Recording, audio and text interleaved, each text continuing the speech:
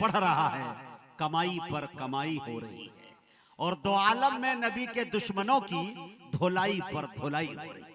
बड़े अच्छे अंदाज में मुजम्मिल हयात आपसे रुखसत हुए, लगे हाथ सिर्फ एक कलाम के लिए मैं आफ्ताब रहबर कलकत्तवी को देना चाहता हूं, चूंकि वक्त की किल्लत दामनगीर है।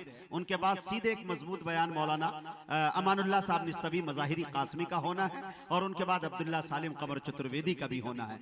वक्त बहुत कम है। हैदर भाई यहाँ पे तशरीफ रखते हैं, जो हजरात जा रहे हैं जाने दीजिए। मुझे उम्मीद है कि जो हजरात अपने घर से अपनी माँ की दुआएं लेके आए हैं, अब्दुल्ला सालिम की तकरीर सुनकर जाएंगे, और जो हजरात अपने घर से अपने बच्चों की माँ की दुआ लेके आए हैं वो बीच में उठेंगे। थोड़ा आप गौर से देखिए।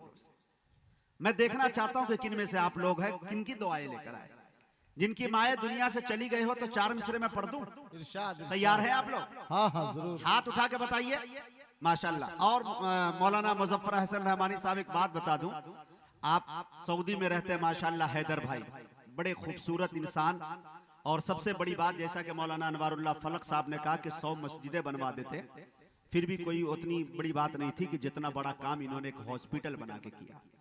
अल्लाह ताला जब आपको दौलत और सरवत से नवाजता है तो फॉर्चूनर पे बाद में चढ़िए, पहले समाज का काम करने का काम कीजिए। मेरे दोस्तों, मैंने बड़े बड़े होटलों चलाते देखे हैं, और अय्याशियों के अड्डे और शराब खाने और दारू के अड्डे खोलते मैंने लोगों को देखा जब पैसा आया है। लेकिन मेरे दोस्तों, कौम के लिए इतनी बड़ी रकम लगाकर सिर्फ अपनी भलाई के लिए नहीं, पूरी कौम के लिए, हमारे इस इलाके के अंदर कितनी ऐसी खवातीन हैं, मेरी माएँ हैं, मेरी बहनें हैं, जिसे ऑटो से ले जाया जाता है और रास्ते में दम तोड़ देती है, चाहे वो हार्ट अटैक का मामला हो, चाहे कोई और बीमारी का मामला हो, चाहे विलादत का मामला हो।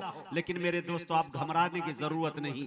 पूरे कंसेशन के साथ डॉक्टर की एक मीनिंग ये भी आती है कि डॉक्टर बमाना डकई, लेकिन जब तरबियत अच्छी होती है, दीनदारी उनके अंदर आती है, तो डॉक्टर मसीहा बन जाता है।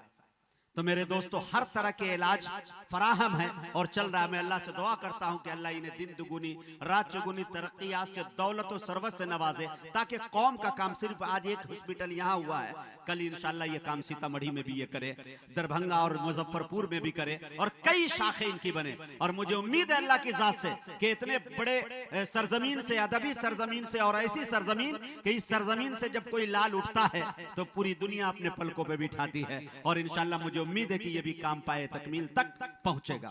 हैदर भाई से हमारा एक रिलेशन और बाद में पता चला कि जहां मेरी जन्नत नगरी है, मेरा ससुराल वहीं इनका भी है। तो जैसे ही इन्होंने कहा, हबीबी साहब अगर आप नहीं आते हैं तो आपको अंदाजा होना चाहिए सिर्फ 2 से 3 घर के फासले पे मेरा भी ससुराल है। मैंने कहा कि दुनिया की चाहे लाल किले का क्यों ना मुशायरा हो, अब हबीबी आएगा, जाले आएगा।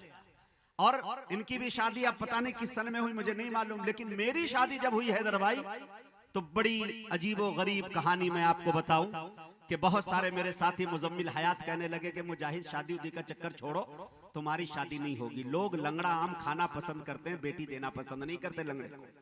तो हमने कहा यार, मैं तो बिल्कुल इमोशनल हो गया, और मैंने कहा कि भाई लग रहा है कि जिंदगी मेरी ऐसी गुजर जाएगी।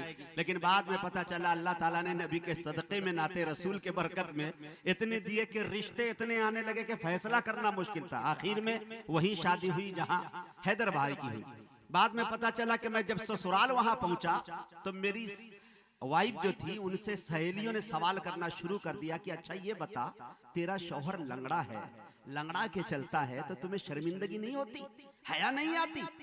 मेरी वाइफ नाजिम की बीवी ठहरी, निजामत का कुछ शोर तो उन्हें भी आना चाहिए। तो उन्होंने कहा, रे पगली, कभी मेरी नजर से देख, तब पता चलेगा लंगड़े में क्या दम है और लंगड़ा है कि क्या है।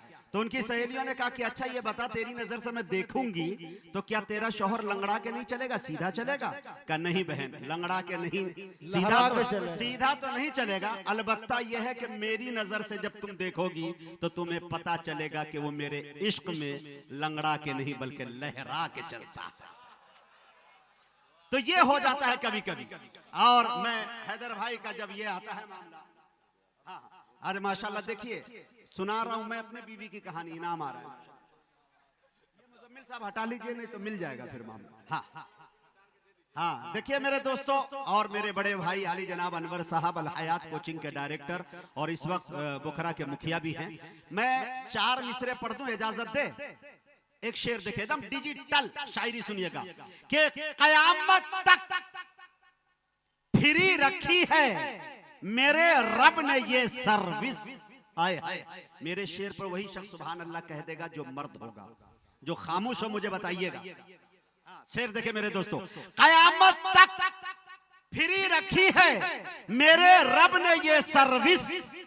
ये वो मोबाइल है जिसमें कभी जामर नहीं लगता। क्या बात है। कयामत तक फ्री रखी है मेरे रब ने ये सर्विस। ये वो मोबाइल है जिसमें कभी जामर नहीं लगता। अरे किसी भी कोने से भेजो सलाम उन तक पहुंचता है। नबी से बात करने में कोई टावर नहीं लगता। किसी भी कोने से भेजो सलाम उन तक पहुंचता है। नबी से बात करने में कोई टावर बात खूब नहीं लगता। एक शेर आदम ताजा तरीन इरशाद इरशाद। मौलाना आपसे तवज्जो चाहता हूँ। शेर देख लीजिए एकदम के काला जरूर हूँ मेरे भाई बदन का मैं। आए हाय, इस तरह के खुराफाती काफिये वाले शेर मेरे अलावा कोई माई का लाल सुना भी नहीं पाएगा।